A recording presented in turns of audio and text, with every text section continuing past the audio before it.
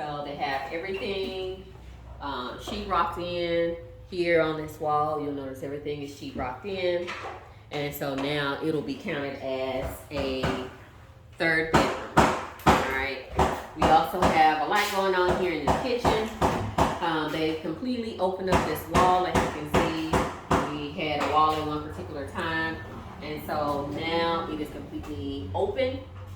We had a little incident, and these things happen sometimes whenever you are doing housing. You might have some contractors that actually may make a mistake and step through the ceiling like this particular person did. It was an error, but my guys will be able to fix it, and it'll be just like new.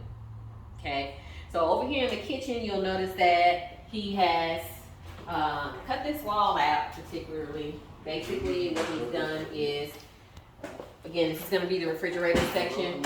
So what they've done is they're going to make cabinets here in preparation for the refrigerator.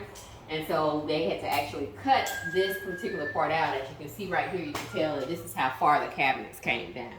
But they've done a good job in making this a little higher, and so they're going to cut the cabinets in order to accommodate that. This was an older area that is located right here. It was a brown stove. And so now, as you can see, that they've cut an area right here for the future microwave that's going to be there. We have some new countertops that's going to be going here. We also have, whenever you're picking out sinks, you need to know how many holes that you have so that you'll be able to purchase the correct spouts and everything for your sink. Okay? Until next time, bye.